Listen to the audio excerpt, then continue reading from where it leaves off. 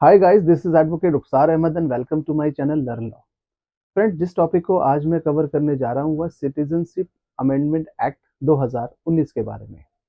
जब से केंद्र सरकार यानी कि बीजेपी सरकार ने नोटिफाई किया है कि अब सीएए लागू हो चुका है, तब से भारत के अंदर बहुत सारी कम्युनिटीज के अंदर और स्पेशली माइनॉरिटीज के अंदर एक कंफ्यूजन क्रिएट हुई है कि क्या उन्हें भी अपनी नागरिकता साबित करनी पड़ेगी इस कानून के लागू होने के बाद।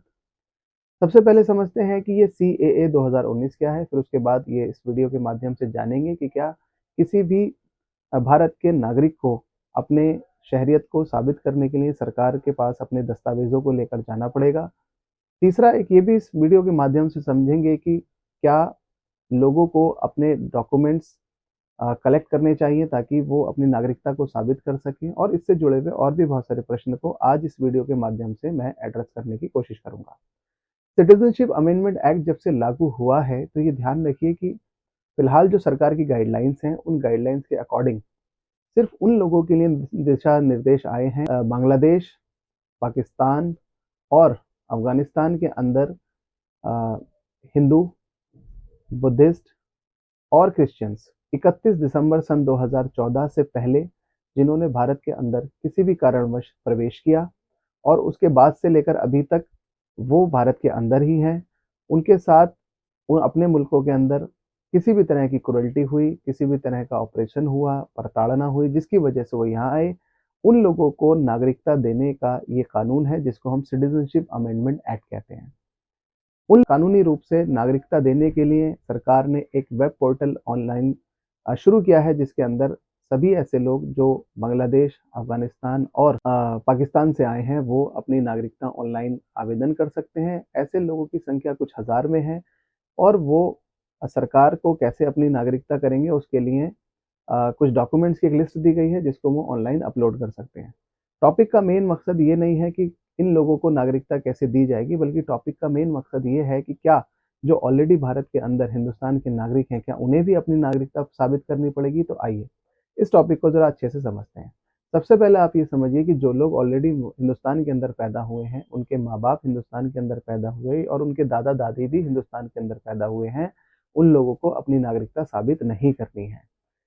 ऐसे लोग जिनकी 10-10, 20-20 नस्लें हिंदुस्तान के अंदर पैदा हुई हैं, जिनके पास अपनी पुश्तैनी ज़मीनें हैं, वो लोग भी पैनिक हो रहे हैं और वो अपने आबो अजदाद यानी कि अपने बुजुर्गों की खेतों की ज़मीन और पुराने ज़माने के रिकॉर्ड्स को इकट्ठे कर करके रख रहे हैं ताकि किसी भी ऐसी सिचुएशन में उन्हें अपनी नागरिकता अगर साबित करनी पड़े तो वो अपने पेपर दिखा के अपनी नागरिकता को साबित कर सकें। फ्रेंड, सबसे पहले आप ये समझिए कि सरकार की तरफ से फिलहाल ऐसा कोई नोटिफिकेशन नहीं है जिसके थ्रू आप अपने डॉक्यूमेंट सरकार के पास लेकर जाएं और अपनी नागरिकता को साबित करें। तो ये कंफ्यूजन यहाँ पर क्लियर की जाती है कि फिलहाल जो भारत में रहने वाले भारत के निवासी हैं उनको अपनी नागरिकता साबित नहीं करनी है, चाहे वो हिंदू हो, मुसलमान हो, जैन हो, पारसी हो, बुद्धिस्ट हो, ज्यूस हो, किसी भी धर्म, किसी भी समुदाय के हों। वो लोग जो अपने डॉक्यूमेंट्स को इस वक्त अपने गाँवों में जाके इकट्ठा कर रहे हैं, अपनी जन्म पत्रियों को बनवा रहे हैं, अपने अलग-अलग रिकॉर्ड्स को इकट्ठा कर रहे हैं, मैं उनके लिए एक चीज़ ये बताना चाहता हूँ कि अगर आपके डॉक्यूमेंट्स में कोई भी ऐसी स्पेलिंग की मिस्टेक है, सरनेम की मिस्टेक है, आधार कार्ड और दूसरे डॉक्यूमेंट्स में आपके डेट ऑफ बर्थ की मिस्टेक है, तो आपको ये वैसे भी ठीक करके रखनी ही चाहिए। इसका पर्पज़ सिर्फ नागरिकता से जुड़ा हुआ नहीं है।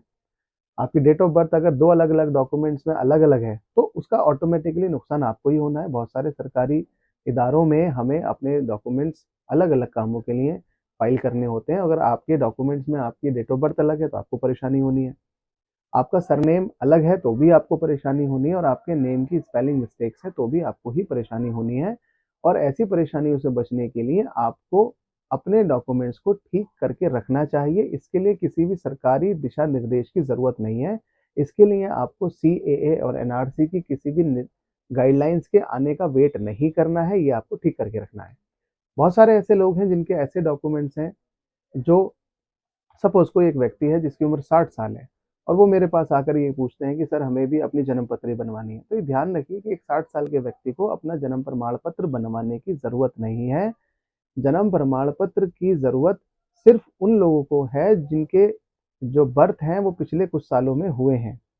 एक 60 साल का व्यक्ति अगर उसका जन्म उस टाइम पर जन्म प्रमाण पत्र नहीं हुआ करते थे, सिर्फ एक रिकॉर्ड गाँवों के रजिस्टर में जो मृत्यु एवं जन्म दर के जो रजिस्टर हुआ करते थे, उसके अंदर मेंटेन किया जाता था। और अगर उसका रिकॉर्ड आपके पास है तो अच्छी बात है, नहीं है तो भी आपको परेशान होने की ज़रूरत नहीं है।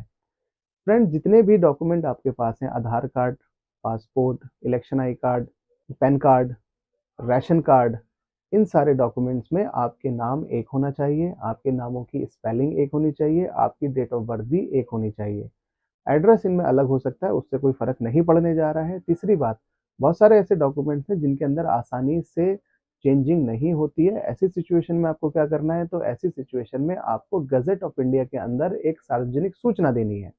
सपोज़ मैं अपने नाम के हिसाब से आपको एक एग्ज़ाम्पल देता हूँ। मेरा नाम रुखसार अहमद है और मेरे किसी नाम के अंदर अगर मोहम्मद रुखसार है एक डॉक्यूमेंट के अंदर और एक डॉक्यूमेंट के अंदर मेरा नाम रुखसार अहमद है, तो अगर मैं उन्हें नॉर्मली करेक्ट करा सकता हूँ तो बहुत अच्छी बात है, और किसी भी वजह से वो नॉर्मली करेक्शन नहीं हो पा रही है, तो फिर गज़ट ऑफ इंडिया के अंदर एक सार्वजनिक सूचना देकर आप अपने दोनों नामों को एक करने का भी प्रमाण पत्र हासिल कर सकते हैं।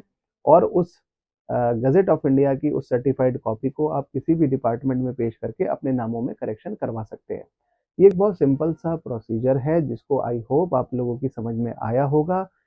फिर मैं एक बार रिपीट कर देता हूँ कि सीएए का जो कानून है वो उन लोगों के लिए है जो विदेशों से आए हैं और 31 दिसंबर सन 2014 से पहले वो हिंदुस्तान के अंदर आ चुके थे। फिलहाल हिंदुस्तान के किसी भी समुदाय, किसी भी प्रजाति, किसी भी धर्म के लोगों के लिए डरने घबराने की ज़रूरत नहीं है। जो डॉक्यूमेंट्स की करेक्शन की बात है वो आप सीएए एनआरसी की वजह से नहीं, बल्कि अपनी आम ज़िंदगी को बेहतर बनाने के लिए आपको वो करना है। आई होप आपको ये टॉपिक समझ में आया होगा। लास्ट में आपको आपसे मेरी रिक्वेस्ट है कि अगर आपको मेरी वीडियो अच्छी लगी हो तो प्लीज़ इसे लाइक, शेयर एंड सब्सक्राइब करें। Thank you.